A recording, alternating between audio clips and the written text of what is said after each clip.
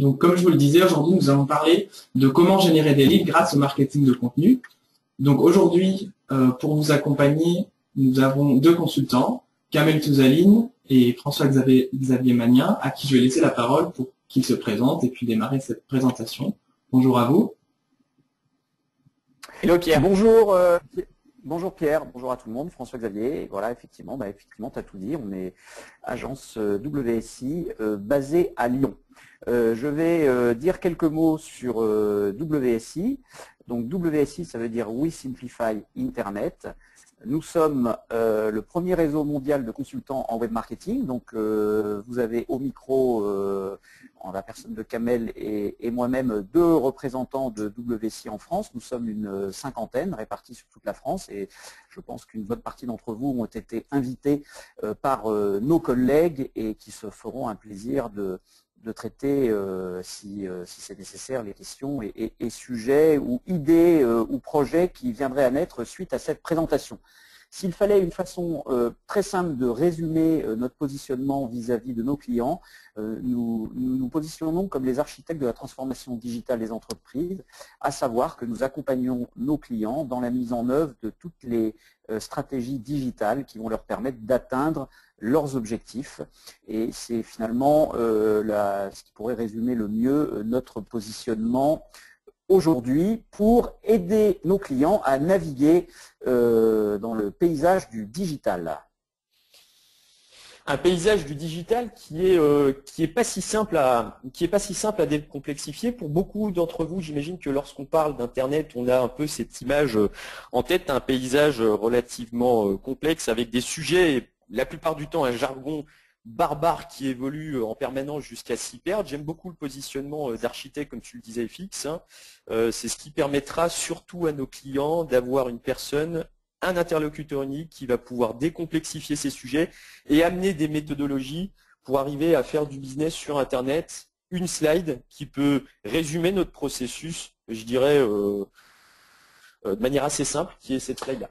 Voilà, donc en fait, plutôt que de raisonner en termes d'outils et de se dire comment je vais naviguer d'un outil à l'autre, est-ce que je fais de la pub, est-ce que je fais de l'email, est-ce que je fais du social, enfin voilà, toute la panoplie possible, raisonnons plutôt en termes de processus, qui est de dire finalement pour vous, entreprise, que vous soyez B2B, B2C, entrepreneur indépendant ou grosse entreprise, vous devez tout d'abord arriver à attirer vers vous des personnes qui sont des inconnus, à les identifier comme visiteurs connus, à les convertir en opportunités, à transformer ces opportunités en clients, puis à fidéliser ces clients pour qu'ils deviennent des ambassadeurs.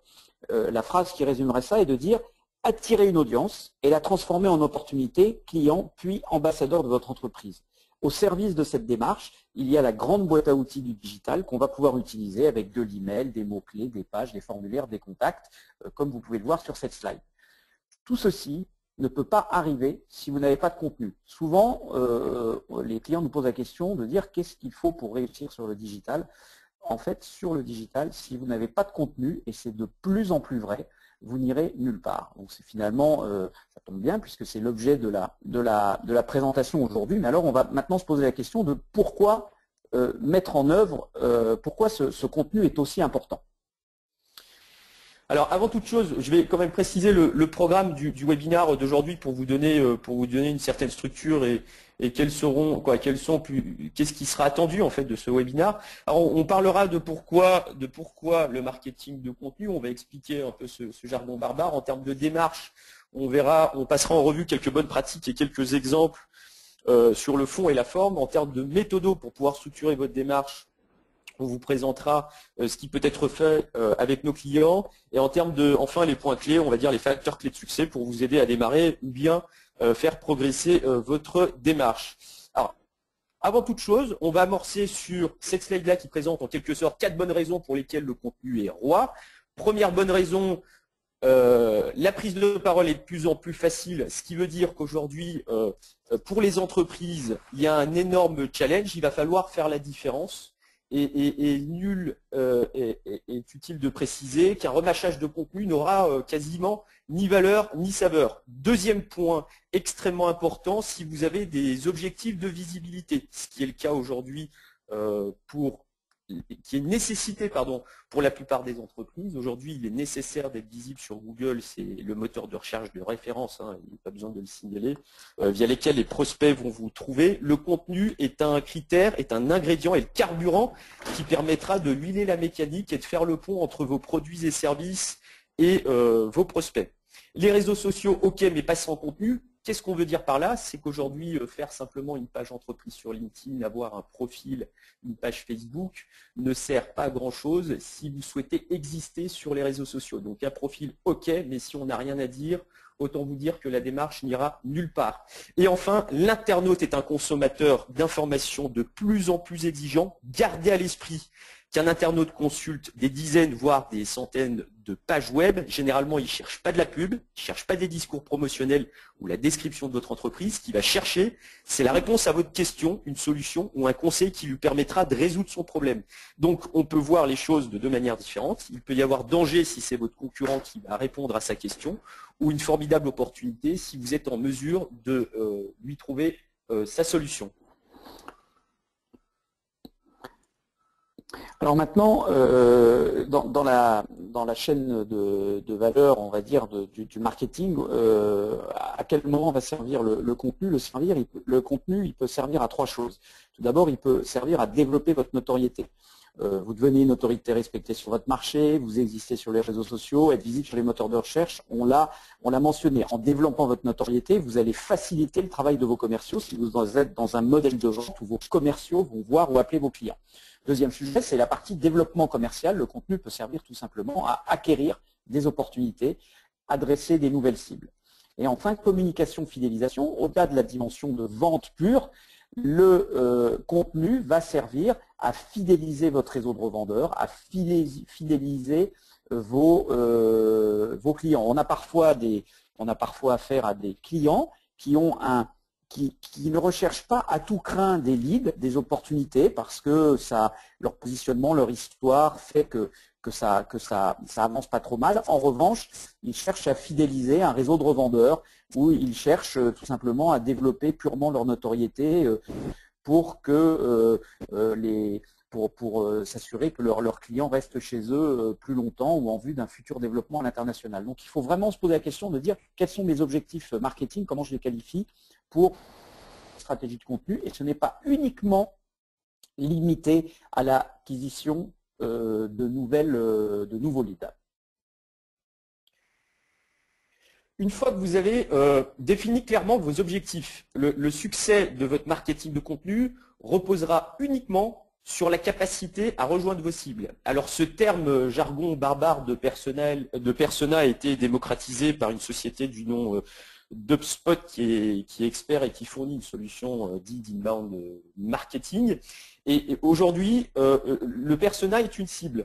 La cible, ce sont les internautes. On est tous, autant que nous sommes aujourd'hui réunis, bombardés en permanence d'informations, de publicités. Si on ne s'adresse pas spécifiquement, et j'irais même jusqu'à dire de manière très chirurgicale, à ceux qui sont susceptibles d'être vos clients, votre message risque d'être noyé dans la masse. D'où l'idée de dresser la liste de vos cibles, et ce, de manière très précise. Faire ce job, en fait, va vous permettre, de définir, de formaliser, de mettre tout le monde d'accord sur quelles sont les cibles à atteindre, et deuxièmement, d'adresser les bons contenus au bon moment. Ce que j'entends par là, c'est que chaque étape du processus d'achat est adressée à un type de message. On ne va pas parler à un prospect comme on le ferait à un client. Le message va être tourné de manière complètement différente. Donc on distingue le contenu pour attirer, le contenu pour attirer du visiteur, du contenu pour convertir et faire en sorte que le visiteur devienne un prospect, et du contenu pour transformer en client. Il y a un outil qui est assez intéressant du nom de MakeMap, qui a été initié par HubSpot et que vous pouvez retrouver à l'adresse suivante, makemapersona.com. C'est un outil assez intuitif que j'aime beaucoup, assez design, qui va vous permettre en fait de dresser la liste de vos cibles, et au-delà de dresser du design absolument parfait d'HubSpot, c'est surtout le type de questions qu'HubSpot va vous poser afin de creuser et d'amasser, de collecter l'ensemble des informations et de connaître parfaitement vos cibles. Je vous recommande de le faire parce que c'est assez challenge parfois, et ça permet d'avoir des idées. En revanche, en termes de méthodologie pour dresser ces personnages, c'est WSI, on a l'habitude, on va dire, d'animer, de construire et d'animer de manière assez participative, hein, un brainstorming assez puissant à travers cet outil de carte d'empathie, Empathy Map en version anglo-saxonne.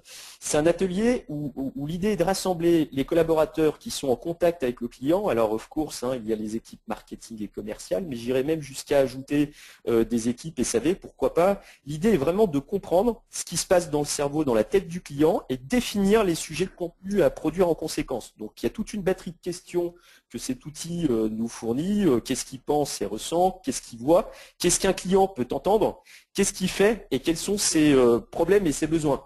Donc c'est un atelier qui est très puissant, qui rassemble des collaborateurs et qui est assez ludique. Donc généralement, on n'a pas des blancs, c'est assez productif. Et Fix, peut-être que tu peux rajouter quelques mots, on en a animé pas mal ensemble. Oui, je dirais que, en fait, si cette démarche, elle paraît assez évidente lorsqu'on vend en B2C, vous êtes probablement dans l'audience certaines personnes en B2C, on vend à une personne, donc c'est assez clair, on a des personnes d'âge différents, des femmes, des hommes, en fonction de leur catégorie socio-professionnelle, ils vont raisonner différemment par rapport à vos produits, mais ne nous y trompons pas, c'est tout aussi important à faire en B2B. Si vous êtes dans une vente de solutions de type logiciel ou solutions pour les entreprises, vous pouvez être en face de plusieurs acheteurs, et il est important à l'intérieur de votre entreprise, non pas de faire l'empathie map de votre client entreprise, mais de dire je peux être confronté à un acheteur, un directeur comptable et un directeur commercial, et de se dire ces personnes-là, comment elles raisonnent. C'est ça qui va vous permettre d'être suffisamment fin dans la façon dont vous allez adresser vos cibles. Voilà, on pourrait passer beaucoup de temps là-dessus, mais voilà. Donc il y a deux démarches. Il y a l'outil HubSpot qu'on vous livre, en fait, qui est un outil qui est en ligne gratuitement, hein, que vous pouvez utiliser si vous voulez mieux comprendre. De manière complètement autonome, hein. Voilà, et puis on est au sein des différentes agences WSI, on est plusieurs agences à maîtriser cette démarche d'empathie map qui peut se faire même de façon assez simple et qui souvent emporte l'adhésion. Une fois qu'on a fait ça, on va être en mesure de décider de quoi on va parler dans le contenu. Souvent nos clients nous disent bah ouais, mais mes produits sont pas très excitants, on va pas, une fois qu'on aura décrit 10 fois les produits, on n'aura plus rien à raconter. Ce qu'on explique souvent, c'est que quand on parle de marketing de contenu, il ne s'agit pas de parler de vos produits, il s'agit de parler des problèmes qui intéressent vos clients. Vous allez leur faire comprendre les bénéfices de votre solution, vous allez donner la parole aux collaborateurs, vous allez expliquer une innovation sur votre marché. Si vous vendez une solution technologique pour du grand public ou solution technologique pour l'entreprise, que en fait vous utilisez qui correspond à l'utilisation d'une innovation, il faut expliquer cette innovation, décrypter les tendances de marché en projetant les gens, partager des expériences, des cas clients, ça marche très bien. Donner des conseils d'utilisation. Donc on le voit, on aurait tendance à dire que la proportion, d'ailleurs c'est comme sur les réseaux sociaux, à 70%, votre prise de parole ne doit pas être centrée sur vos produits, sur votre offre. Je vais prendre un exemple. On a parmi les clients de WSI un collègue qui a une entreprise de déménagement. Il ne va pas parler des offres de déménagement, voilà, parce que finalement c'est assez simple dans tous ses billets, mais il va donner des conseils pour déménager aux États-Unis, déménager en Asie, des aspects de douaniers ou autres, donner du conseil, expliquer les nouvelles tendances en termes d'offres de déménagement, etc., etc. Donc il faut faire preuve d'imagination et il faut surtout sortir de votre cadre. Et c'est chez WSI ce qu'on fait avec nos clients quand on anime des ateliers qui permettent d'identifier le contenu. Alors pour faire tout ça, il y a un certain nombre d'outils, puisqu'on est en train de dire qu'on ne va pas uniquement parler de ce qui est dans l'entreprise, mais on va parler d'autres sujets. Donc, que sont Scoopit, Pulse et NetVibes. Alors ce sont peut-être des outils dont vous avez entendu parler. Alors il y en a beaucoup sur le marché, mais ce sont trois en tout cas que nous retenons aujourd'hui et que nous vous partageons. Ce qui est intéressant avec ces outils-là, vous avez probablement le comportement d'aller sur plusieurs sites internet pour établir votre veille. C'est parfois consommateur de temps, parfois rapide. L'idée de ces outils est de rassembler en quelque sorte sur une plateforme l'ensemble des sites internet qui vous semblent extrêmement pertinents pour faire votre veille. Ce qu'on explique par là, c'est faire sa veille vous permettra de vous inspirer sur des sujets à produire, deuxièmement, de vous tenir au courant des faits et actualités de votre marché, et troisièmement, c'est peut-être un outil qui peut être aussi utilisé en démarche collective en entreprise, de telle manière à ce que vous soyez sûr que tout le monde trouvera la bonne information avec la sélection des sites internet qui vous permettra de savoir en fait si votre commercial va pas choper de l'information et la reposter entre guillemets via le site du concurrent. Donc c'est un outil de veille et c'est un outil extrêmement puissant qui peut aussi influencer les prises de parole de vos collaborateurs. Voilà. Dans le jargon du marketing, certains ont peut-être entendu parler du terme qu'on trouve très moche de curation de contenu. Voilà, ça permet de, en fait, la curation de contenu, c'est ni plus ni moins de faire sa veille pour avoir à portée de main les différents sujets qui vont permettre de varier ce qu'on va pouvoir raconter à son audience. Alors, une fois qu'on a organisé sa veille, il est temps de produire son contenu. Donc maintenant, on sait à qui on s'adresse. On sait de quoi on va parler puisqu'on a des thèmes de familles des familles de contenu relativement bien identifiés. Il existe plusieurs formats. On a l'habitude de voir plutôt des articles ou des newsletters, mais il existe différents formats de contenu. Exactement. Exactement. Donc effectivement, loin de là, comme le dit Kamel, hein, il ne s'agit pas de dire je rédige des billets blog et puis voilà. Hein, le contenu, en fait, doit être. D'ailleurs, souvent le même contenu peut être resservi de différentes façons à différents moments. Ce qu'on dit, c'est un gros investissement de produire du contenu. Donc la même idée, voilà, peut être servie de différentes façons. Donc vous avez tout d'abord, bien sûr, la classique newsletter, donc une newsletter qui va permettre de distribuer du contenu que vous avez rédigé par ailleurs. Une fois encore, une newsletter ne doit pas uniquement être promotionnelle, même dans le B2C, quand vous vendez à des clients finaux, il faut être capable d'expliquer des points qui sont à la marge de ce que vous vendez directement pour intéresser son audience et ne pas être trop promotionnel. Bien sûr, vous avez le deuxième qui sont les billets blogs, c'est le grand classique. Hein. Aujourd'hui, toute entreprise qui souhaite être réellement visible doit mettre en place un blog qui sont souvent, on va dire, adjoint au site. C'est tout à fait intéressant d'un point de vue référencement naturel. On peut varier les angles, on peut mettre des catégories, des dates, ça peut être facilement partageable. Bref, le blog est vraiment une des plateformes principales sur laquelle vous allez pouvoir mettre votre contenu, sachant que votre newsletter va pouvoir, de façon occasionnelle, relayer certains de vos billets blogs. Une autre forme de contenu que vous avez probablement dû consulter sur Internet, que sont les études de cas, c'est un excellent moyen de se positionner. C'est un angle en fait qui va permettre de la même manière on s'est plongé, on va dire, dans la peau du client tout à l'heure, le client peut se plonger à la fois sur celle d'un client existant avec lequel votre entreprise peut travailler, et l'idée est vraiment de décrypter ce que vous avez pu faire pour cette entreprise depuis le contexte et la problématique jusqu'au résultat. Ce sont des moyens extrêmement puissants que vous pouvez utiliser de plusieurs manières. Moi, j'ai un client qui utilise ça après avoir parlé avec un client lors de rendez-vous commerciaux. Il essaye d'identifier en fonction de la problématique une étude de cas qui correspondrait à la préoccupation et au contexte, et l'idée est vraiment d'éduquer encore à travers l'histoire d'un client. Une forme, on va dire, un peu plus évoluée, qui est le webinar. Vous en faites l'expérience aujourd'hui. Moi, j'aime beaucoup ce format-là qui peut être extrêmement puissant, surtout pour des sujets à décrypter, des sujets sur lesquels vous souhaitez éduquer. L'idée est de rassembler un certain nombre de participants, hein, tout comme aujourd'hui, et de partager des retours d'expérience, de démontrer notre savoir-faire. On l'a mis en place avec beaucoup de clients. C'est une forme de contenu qui est aujourd'hui assez plébiscitée dans la mesure où en une demi-heure, on peut en savoir beaucoup plus que si on lisait, on va dire, un livre blanc de 100 pages. L'idée est de condenser de l'information et de partager un agenda assez attractif pendant un court laps de temps. Voilà. Autre forme de contenu qui est la vidéo, d'ailleurs un webinar, et d'ailleurs c'est ce qu'on va faire chez WSI, le webinar va être converti en vidéos qui vont être postées sur YouTube et distribuées par la suite. La vidéo est quasiment le média roi aujourd'hui, avec différents types de vidéos. Quand on a un webinar comme celui-ci, on peut se permettre de mettre une vidéo de 30-35 minutes parce que les gens sont prêts vraiment pour suivre vraiment en longueur un sujet, mais sur la vidéo, il faut vraiment favoriser le format court, 3 à 5 minutes. Si on a 5 points à traiter, il vaut mieux faire 5 vidéos. La vidéo, ça ne veut pas dire non plus nécessairement être devant une caméra et se faire filmer. Ça peut être d'enregistrer des PowerPoint sur lesquels on va parler. Bref, la vidéo est un contenu qu'on peut considérer roi, mais qui n'est aujourd'hui plus si difficile à mettre en œuvre. Vous avez ensuite, quand on monte en gamme, si je puis dire, dans le contenu, des contenus plus premium, comme on aime les appeler, qui vont être des e-books. Les e-books, l'intérêt, ce qu'on appelle un contenu premium, c'est un contenu qu'on va pouvoir livrer à son audience en l'échangeant contre un email, en disant voilà, bah, vous voulez télécharger ce contenu, donnez-moi vos. Donc c'est un moyen de capturer du lead en produisant un e-book. Un e-book, ça demande quand même beaucoup plus de travail que le reste des contenus qu'on a livrés, mais c'est effectivement extrêmement puissant. On a ensuite d'autres formes.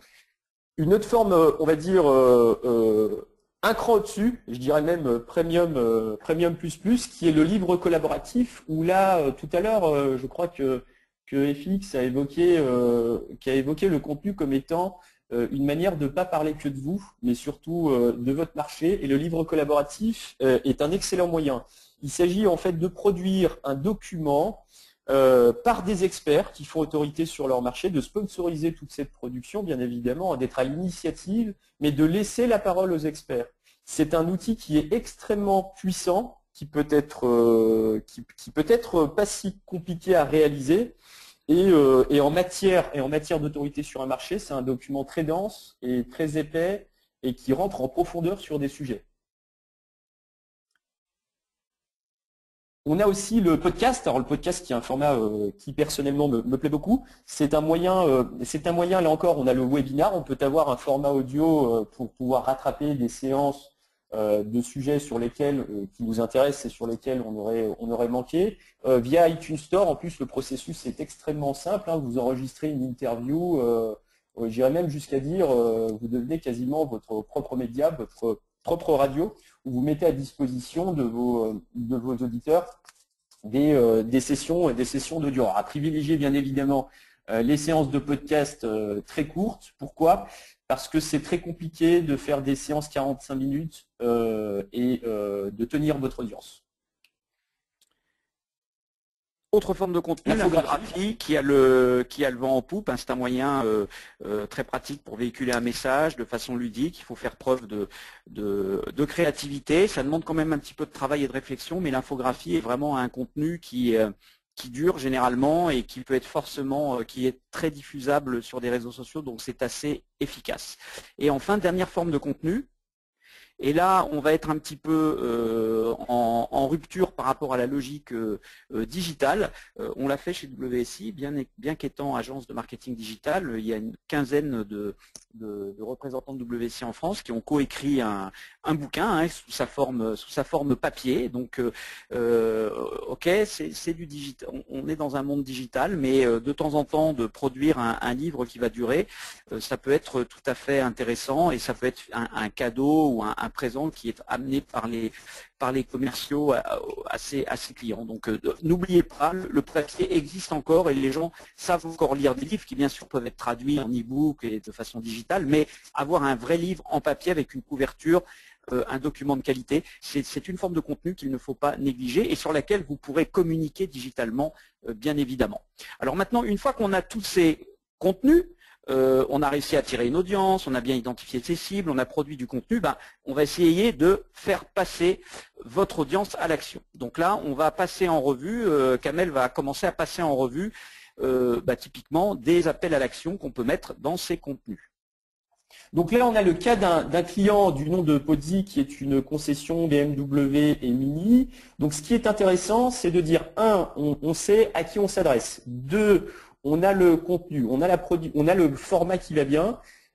Maintenant, pour convertir votre visiteur typiquement en prospect, il va falloir aussi avoir des notions de design. Donc une page web aujourd'hui se caractérise par un bon titre, du contenu pertinent, mais aussi des formats de contenu visuels de telle manière à ce que ça puisse être attrayant. Et pour inciter à l'action, n'oubliez pas, ça peut paraître simple, mais je le vois encore énormément, où ça ne suffit pas de mettre qu'un lien, il faut de manière très visuelle indiquer la démarche à suivre et ce que vous attendez du client. Donc pour le cas de Podzi, on peut décider de les appeler, nous disposons des numéros de téléphonique.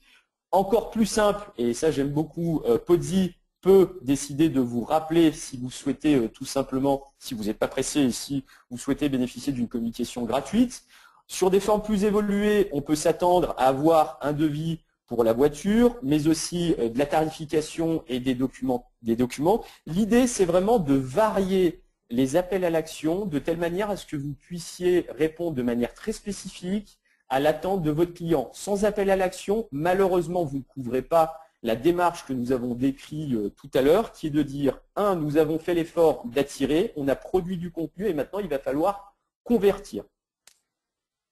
Un deuxième exemple, on a celui de Piscine des Joyaux, un client qui là encore a mis de manière très évidente pour s'inscrire à la newsletter. Donc c'est un site internet qui doit être probablement dans une posture de production de contenu assez soutenue, puisque l'objectif ici est de capturer des internautes de telle manière à ce qu'on puisse les alimenter de manière automatique et par email sur les nouveautés et l'ensemble des articles nouveaux qui seront au sein de ce site internet. Deuxième cas, ici on a un article internet et sur le côté vous avez un formulaire de telle manière à ce qu'on puisse rapidement prendre contact avec vous. Donc ces appels à l'action sont différents, encore faut-il bien les positionner dans votre page de telle manière à ce qu'ils puissent être efficaces. Oui, tout à fait. Et là, on voit bien, voilà, si on revient juste en arrière, on voit bien que là, les articles sont positionnés dans des articles de fond. On voit conseils pour l'entretien de votre piscine, confort économique, crédit d'impôt, développement durable. Donc là, on adresse du B2C en donnant un certain nombre de conseils. On a donc le troisième exemple sur lequel tu allais, Kamel, qui est une entreprise, une SS2I, qui va proposer des téléchargements de livres blancs. Donc on voit en bas à droite, on voit un article dans lequel un bouton d'action rectangulaire bien visible à l'intérieur du texte. Donc il ne faut pas hésiter à le faire. Ça, souvent, on voit des clients qui disent oui, j'ai un appel à l'action, mais en fait, à la fin, il ne suffit pas de dire à la fin de mon texte, de mettre un petit en savoir plus avec un lien hypertexte et d'espérer que les gens vont cliquer là-dessus pour arriver sur une page d'atterrissage du genre demander plus d'informations. Il ne faut pas hésiter à mettre en œuvre les bonnes tactiques du marketing, qui est de dire je fais un appel à l'action qui est en lien avec l'article, continuité vers le cloud, migration, télécharger le livre blanc. J'arrive sur une page d'atterrissage qui reprend la thématique, une page d'atterrissage spécifique qui reprend la thématique avec les bonnes raisons de télécharger mon livre blanc, et j'indique, je mets un formulaire avec un certain nombre d'informations où je propose de télécharger le livre blanc. On ne l'a pas mis dans cet exemple, mais suite au téléchargement, on peut proposer derrière une page de remerciement qui va permettre d'engager un petit peu plus la personne qui vous a fait qui vous a fait confiance, qui vous a donné son nom, son email pour télécharger un document, en lui disant faisons un peu plus connaissance, n'hésitez pas à nous contacter. Donc voilà, on parle du contenu, mais si on veut avoir du lead dans le cadre d'une stratégie de contenu, il ne faut pas oublier les fondamentaux du marketing pour faire passer les gens à l'action. Alors derrière, il y a un point important qu'on veut signaler. Souvent, dans les entreprises qu'on rencontre, en fait, le moindre contenu est ce qu'on appelle verrouillé, à savoir qu'il faut absolument donner son email, donner son nom pour télécharger un contenu. Là, on a une étude qui a été faite par LinkedIn qui explique qu'il faut rester généreux avec son contenu. C'est-à-dire qu'il ne faut pas verrouiller l'ensemble de son contenu. Surtout si vous êtes une marque qui est peu connue, une petite ou moyenne entreprise qui n'est pas le leader absolu sur son marché. Il va falloir créer la confiance et pour ça, n'hésitez pas à distribuer du contenu, si je puis dire, gratuitement, sans l'échanger contre un email, de façon à habituer votre audience à consommer confortablement du contenu. Et c'est ça qui va vous permettre, le jour où vous sortez un contenu un peu plus premium, que les gens se disent « Ok, j'ai l'habitude de consommer du super contenu, cette entreprise me donne un nouveau contenu, il faut que je donne mon email, mais il n'y a pas de problème, comme je sais que le contenu est de qualité, je vais donner mon email. » Voilà. Donc là, on a une statistique qui est faite pour le marché de l'IT, qu'on est certains à connaître, mais vous pouvez être sûr que la mécanique est exactement la même. Donc ne tombez pas dans l'extrême qui consiste à verrouiller en permanence vos contenus, soyez généreux avec votre contenu. Ce que je rajouterais, FX, et ce que l'on fait la plupart du temps avec nos clients, c'est de faire des tests. De toute façon, ça ne vous coûtera rien. Le test permettra de placer le curseur sur si votre contenu a été efficace, et là, vous recevez à peu près 200 demandes, très compliqué de les qualifier, auquel cas vous verrouillez le contenu. Mais faites un test, soyez généreux, comme le disait FX, avec votre contenu, laissez ouvert vos contenus, et vous aurez tout de suite une prise de température sur si le contenu prend bien avec votre marché ou non. Et en complément, vous voyez, cette slide explique que, alors là, on est dans le milieu de l'IT, qui est un milieu compliqué, mais je pense que c'est exactement pareil dans un contexte B2C, quand des gens vont vouloir acheter des fournitures pour le jardinage, vont vouloir acheter une voiture, vont vouloir acheter un appartement, des polices d'assurance. Ils vont se confronter à 1, 2, 3, 4, 5, 6 contenus pour faire leur éducation. On fait le pan avec ce qu'on expliquait précédemment. L'acquéreur souhaite faire son éducation tout seul, de son côté. Et quand il est prêt, il va venir en magasin. On explique souvent que parfois, 3/4 de la décision d'achat est prise quand un client arrive en phase commerciale, que ce soit dans de la vente B2B ou B2C. Donc, n'hésitez pas à être généreux à votre contenu et de participer à l'éducation de votre client. Généralement, ça se passe beaucoup mieux au moment où vous l'avez en face de vous et qu'il y a une vente à faire. Alors maintenant, on va parler un peu de méthode, Kamel. Hein. On va parler de la méthode FX et le marketing de contenu. Bon, on n'est pas. Vous avez vu que c'était quand même quelque chose qui peut sembler être compliqué aujourd'hui. Une démarche de marketing de contenu ne s'improvise pas. Et aujourd'hui, ce qu'on peut vous proposer pour amorcer une démarche ou pour faire progresser une démarche, c'est de faire ni plus ni moins qu'un récapitulatif de tout ce qu'on vient de dire, à savoir rassembler des collaborateurs au sein d'un comité éditorial pour pouvoir dresser les cibles à atteindre et deuxièmement, trouver au sein d'un atelier participatif des sujets à produire avec les bons formats. Une fois qu'on a calé l'agenda éditorial, il va falloir le caler. Et là, un point extrêmement important, votre agenda éditorial doit être intrinsèquement lié à votre calendrier marketing et commercial. Pourquoi on explique ce point? Parce que c'est de l'anticipation. Si demain vous avez un événement, je ne sais pas, dans 3 mois à peu près, où vous allez intervenir… Une sortie produit ou une sortie produit. Ouais.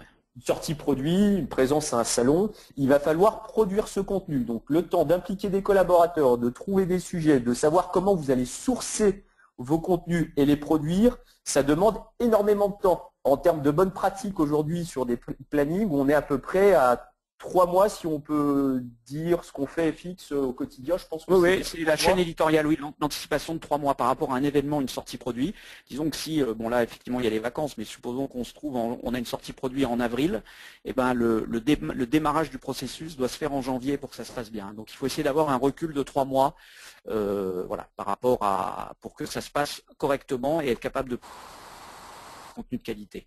Pour beaucoup d'équipes, c'est un sujet qui peut paraître relativement nouveau, mais l'intégrer dans vos quotidiens aujourd'hui permettra d'amorcer en douceur et travailler probablement avec un consultant WSI, d'accélérer le processus, d'amorcer en douceur avant de l'intégrer dans votre quotidien. Mais l'idée, c'est de se dire, un, ça ne s'improvise pas, et deuxièmement, il y a des étapes essentielles à suivre. Alors juste par rapport au rôle WSI dans tout ça, par rapport à tous les clients qu'on a avec lesquels on traite, il y a plusieurs façons de faire. Il y a des clients qui nous délèguent totalement la chaîne éditoriale. Donc dans toute la France, il y a des différents consultants WSI. Il y en a qui se font déléguer totalement la chaîne éditoriale. Le client est en mode validation. Parfois, c'est en réunion éditoriale au début du trimestre pour l'aider à se creuser le cerveau, à sortir les sujets. Ils ont des personnes pour rédiger en interne. Parfois, ils nous confient plutôt la partie rédactionnelle. Donc c'est à vous de voir où vous souhaitez par rapport à vos moyens, vos ambitions, vos budgets et qui est capable de faire ça. Où est-ce que vous souhaitez positionner le curseur sur un accompagnement sur un tel sujet? Voilà. On est allé jusqu'à former, monter en compétence des équipes, des collaborateurs motivés qui souhaitaient orienter leurs compétences vers de la rédaction, tout simplement. C'est des dispositifs qu'on peut très bien imaginer. Alors, une fois qu'on vous a expliqué la méthodologie, on va parler de mesure, qui est la clé essentielle de votre démarche et qui vous permettra de savoir si vous allez dans la bonne direction ou pas. Il y a 4 grandes familles aujourd'hui et tout un tas d'indicateurs. On va dire, c'est la grosse valeur d'être sur Internet, c'est de mesurer ce que l'on va produire et savoir si notre contenu va pouvoir être efficace en fonction des objectifs recherchés. Donc, on peut via des outils comme Google Analytics, savoir si le contenu a été lu, s'il a intéressé notre audience via toute une batterie d'indicateurs, s'il a engagé l'audience et s'il a déclenché des conversions. Pour entrer dans des exemples beaucoup plus pragmatiques, je vais laisser la parole à François-Xavier, où on a présenté 3 exemples qui vous parleront beaucoup plus. Alors là, je vais prendre un exemple en fait d'une entreprise vers laquelle en fait on a monté c'est un cabinet d'avocats avec qui on a monté un blog de veille. Et en fait, ce qu'on cherche à faire, c'est à identifier sur Analytics quelle est la proportion de consommation d'articles de veille versus l'ensemble des pages. Donc bon, c'est pour ceux qui ne sont pas familiarisés à Analytics, mais là l'idée c'est juste de vous sensibiliser au fait qu'on peut mesurer et de dire précisément est-ce que mes articles de veille qui demandent de l'énergie sont lus, et là en l'occurrence on voit sur cette période-là qu'il y avait 15% de, alors la veille a été démarrée il y a une petite année, aujourd'hui un peu plus de 15% du trafic de la consommation de pages par exemple, sur le site correspond à des articles de veille. La deuxième chose, on parle souvent du référencement naturel et on se dit est-ce que les articles de veille que je publie vont permettre d'acquérir du trafic. Il y a un moyen simple de mesurer ça et d'aller dans Analytics mesurer ce qu'on appelle les pages de destination, à savoir les pages par lesquelles vos visiteurs vont entrer sur le site et de se dire quelle est la proportion de pages de destination liées à mes articles de veille. Et on voit dans cet exemple que 30% des personnes qui rentrent sur le site, y rentrent via un article de veille, alors que ces articles de veille ne font pas l'objet d'une promotion particulière au sens email ou autre. Donc c'est assez intéressant parce que là on peut démontrer que l'exercice, l'effort de production de contenu va générer le premier contact entre vos visiteurs et votre site à raison de 30%. Donc c'est effectivement un tiers du trafic qui est généré comme ça. Donc là, on a vraiment quelque chose de tangible. Et enfin, la façon de mesurer, là, vous voyez ce schéma, en fait, et pareil, pour ceux qui ne connaissent pas Analytics, c'est peut-être un petit peu barbare, mais pareil, l'idée, c'est de sensibiliser et de dire qu'on peut mesurer les conversions sur Analytics, ça beaucoup de gens savent, mesurer le nombre de fois où une demande de devis a été envoyée, ou une personne a sorti sa carte bleue pour vous acheter un article. On est capable de traquer d'où vient ce trafic, et donc il est assez facile en mettant en place ce qu'on appelle les entonnoirs de conversion, de dire j'ai 10, 15, 25% et surtout de mesurer la croissance de mes achats ou de mes conversions réalisées sur mon site qui sont issus de la lecture d'un des articles que j'ai publiés, par exemple. Donc en fait, on pourrait allez, chaque cas est particulier. Généralement, ce que fait tout webmarketeur WSI en début de mission, c'est d'évaluer les objectifs avec les clients pour être capable de définir les bons points de mesure. Mais on pourrait y passer des heures là-dessus, mais ce qu'on voulait juste, c'est vous donner 2-3 exemples pour vous rassurer sur le fait qu'on peut tout à fait mesurer l'impact du temps qu'on va passer sur cette stratégie de contenu.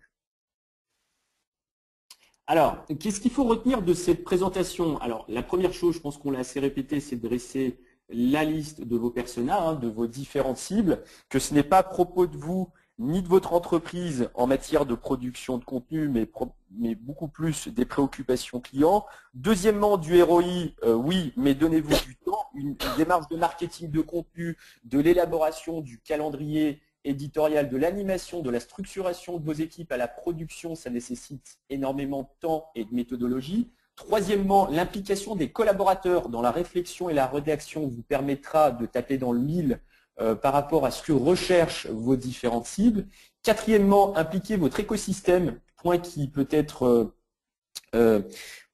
extrêmement important pour coproduire des articles avec des partenaires, avec pourquoi pas des cas clients. Ça a été le cas pour nous, où nous avons impliqué des clients pour écrire des cas, mais nous avons aussi impliqué des partenaires pour coproduire et discuter et évangéliser d'un sujet très spécifique.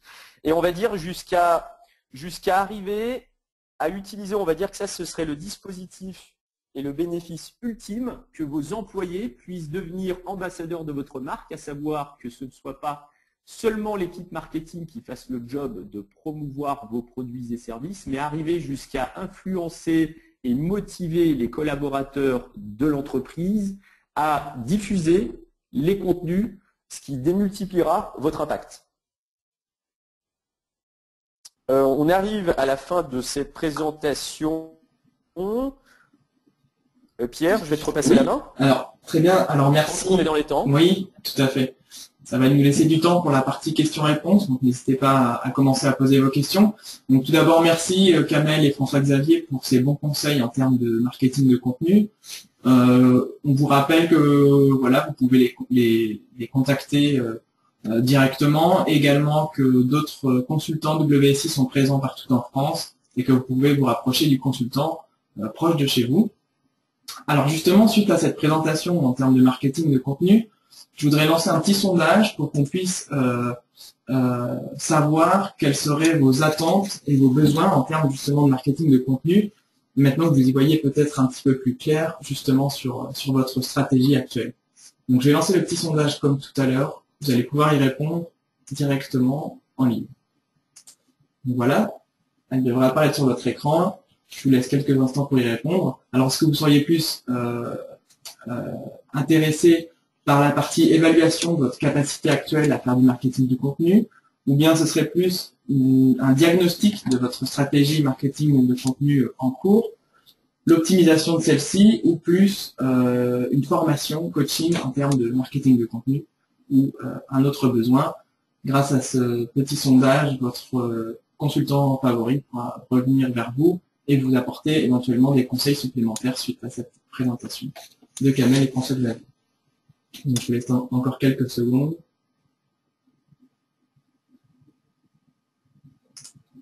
Je vais partager juste les pourcentages pour qu'on voit un petit peu la tendance. Donc le coaching et la formation sont éventuellement vos besoins en majorité. Donc voilà, on va pouvoir passer à la partie questions-réponses. Donc si vous avez des questions, n'hésitez pas, allez-y. Vous pouvez toujours les poser via la boîte à questions. Alors on a eu une question au cours des webinaires que je vais vous énoncer. Donc c'est Christine qui nous demande, je crois que c'est François Xavier, tu as parlé d'infographie. Christine souhaiterait avoir des précisions sur ce qu'est une infographie. Alors, une infographie, c'est un support très visuel, c'est en fait un ensemble de dessins et de représentations qui permettent d'illustrer de façon simple un concept, une idée. Alors généralement, des infographies qui sont liées à des notions de chiffres, donc en fait on va faire de la représentation visuelle de chiffres, hein, donc avec finalement des graphiques, des camemberts, ce genre de choses, mais surtout en mettant peut-être des pictos, quelque chose qui va parler vraiment à la personne qui a l'infographie sous les yeux. On peut décrire un processus également. Voilà, pour décrire des étapes pour les 3 étapes dans le choix d'une police d'assurance personnelle ou d'une police d'assurance pour l'entreprise. Donc en fait, une infographie, c'est une façon très visuelle de représenter des données chiffrées, de représenter un processus ou d'aller expliquer un concept. Voilà. J'ajouterais que l'infographie doit être surtout très créative, parce que c'est ce qui va faire son succès. Et deuxièmement, ne pas tomber dans le travers de vouloir tout dire comme un livre blanc sur une infographie. L'idée est d'être extrêmement claire, de décrypter un sujet et non pas de le complexifier. Exactement, très bien, merci. Alors, est-ce que vous avez d'autres questions?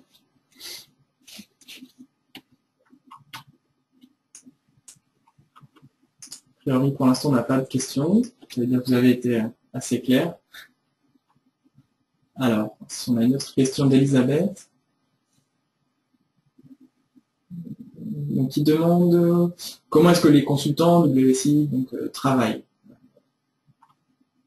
Donc, alors, comment est-ce que les consultants WSI travaillent? Donc en fait, généralement, quand on est en face de nos clients, on a un rendez-vous qui cherche à comprendre les objectifs que cherche à accomplir le client, d'évaluer si une stratégie de contenu significative, enfin d'évaluer le niveau de contenu qui doit être produit. Donc on définit une stratégie.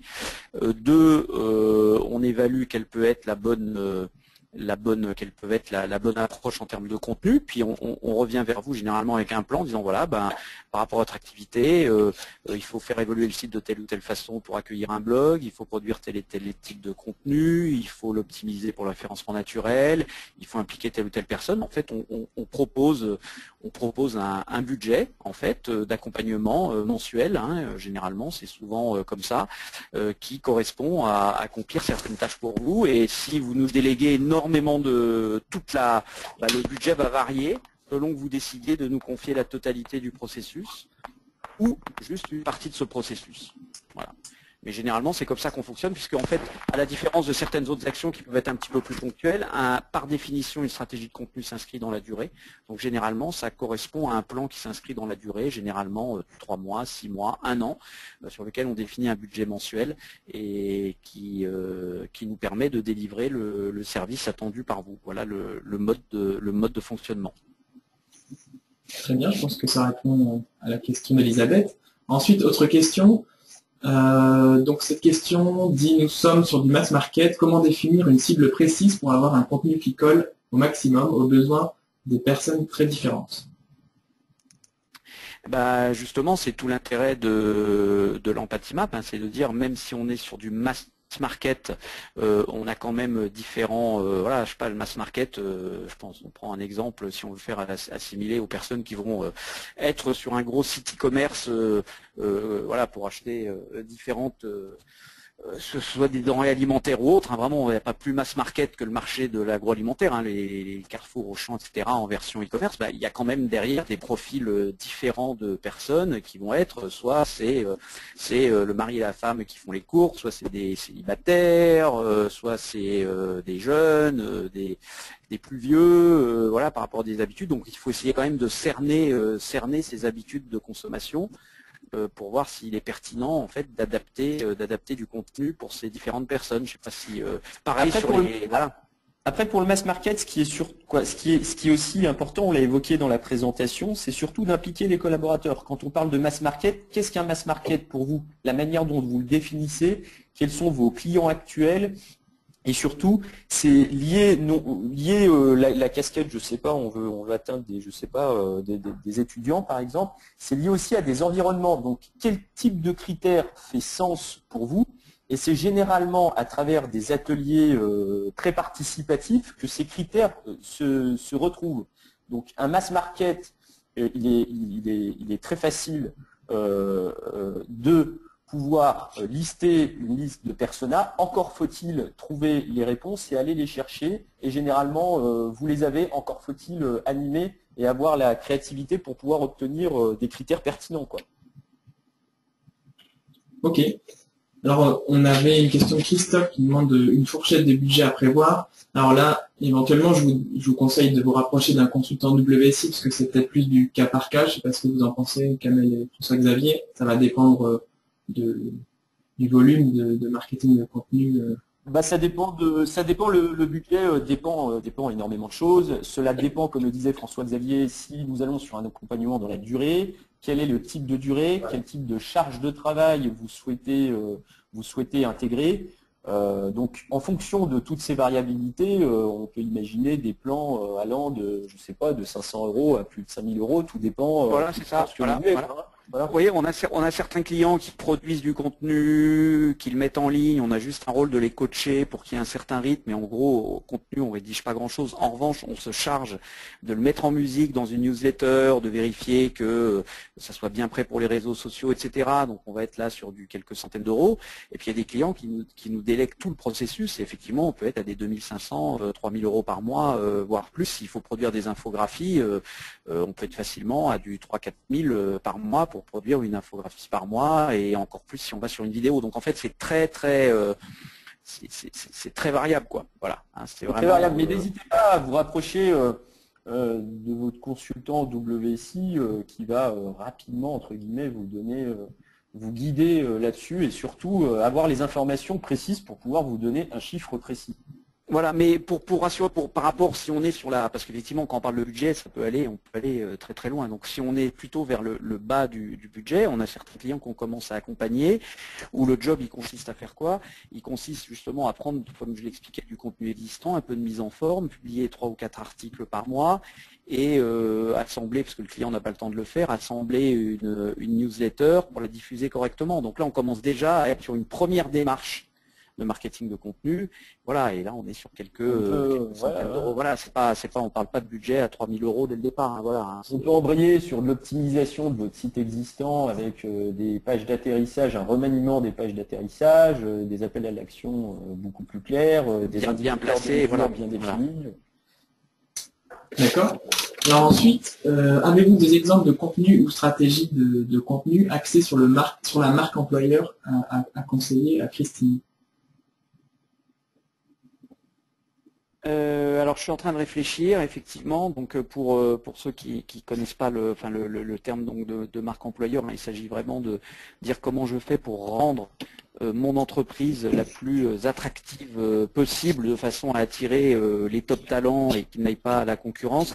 Là, comme ça, spontanément, j'ai pas eu moi à en faire directement. J'ai pas de cas comme ça. Mais il est clair que dans pour la marque employeur, ce qu'on appelle marque employeur, hein, qui est une discipline du marketing, ce qu'on va chercher à faire sur du contenu, c'est à mettre en avant des collaborateurs, mettre en avant le fait que les collaborateurs ont des super projets dans l'entreprise, ont des belles progressions de carrière à côté, bref, rendre l'entreprise attractive pour que des jeunes ou des moins jeunes d'ailleurs aient envie d'avoir cette entreprise comme employeur, parce que c'est une entreprise où on fait du bon boulot, on a des missions intéressantes et on fait et une vie intéressante. Voilà. Mais là spontanément, j'ai pas d'exemple en tête de cas que j'aurais traité, mais comme on est quand même une cinquantaine d'agences à traiter pas mal de choses, vous savez probablement que le cas a été traité. Voilà. Ok. Alors, question suivante, quelle est la durée des formations en moyenne de rédaction proposées par les consultants WSI? Alors, en termes de formation, ce qu'on aime bien faire, nous, et c'est souvent ce qu'on fait dans nos programmes de formation WSI, c'est ce qu'on fait d'ailleurs pour les réseaux sociaux ou autre chose, on aime bien se positionner en termes d'ateliers pour faire passer à l'action. Donc souvent, ce qui est pas mal, c'est de faire deux à trois journées d'ateliers. Et quand on parle, là, il ne s'agit pas d'aller bouffer du 450 slides et de repartir avec son petit manuel utilisateur du parfait marketeur de contenu. C'est vraiment de faire travailler les participants. Donc on sélectionne des sujets, il y a de la rédaction, on repasse en revue la rédaction, on affine. Oui, c'est 2 à 3 journées pour démarrer semble être nécessaire, mais sachant que l'idée, il ne faut pas le positionner uniquement comme de la formation, mais vraiment de l'atelier coaching. Hein. C'est souvent ça c'est ce que vous retrouverez souvent chez les marketeurs WSI. On aime bien plus que de la formation pure, être en mode atelier coaching et vraiment vous faire bosser sur les sujets pour qu'après vous puissiez gagner en autonomie. Hein. Voilà. Après, la durée dépendra de votre maturité et sur certains sujets aussi du nombre de personnes à former. Je pense spontanément à des formations intra qu'on a menées sur des sujets très précis, en l'occurrence monter des commerciaux en compétences à l'utilisation de LinkedIn à des fins commerciales. En fonction des différentes populations, ça peut se faire en un atelier avec du coaching online, ça peut se faire dans la durée sur 3 mois, et en fonction du nombre de groupes, généralement on a eu le cas de populations qu'on a formées où il y avait quand même pas mal de monde à former, où généralement on fait des groupes de 10-15 personnes, parce que l'idée c'est vraiment d'avoir ce côté coaching et surtout de pas le casser avec un plus grand nombre. Donc ça va dépendre de beaucoup de choses.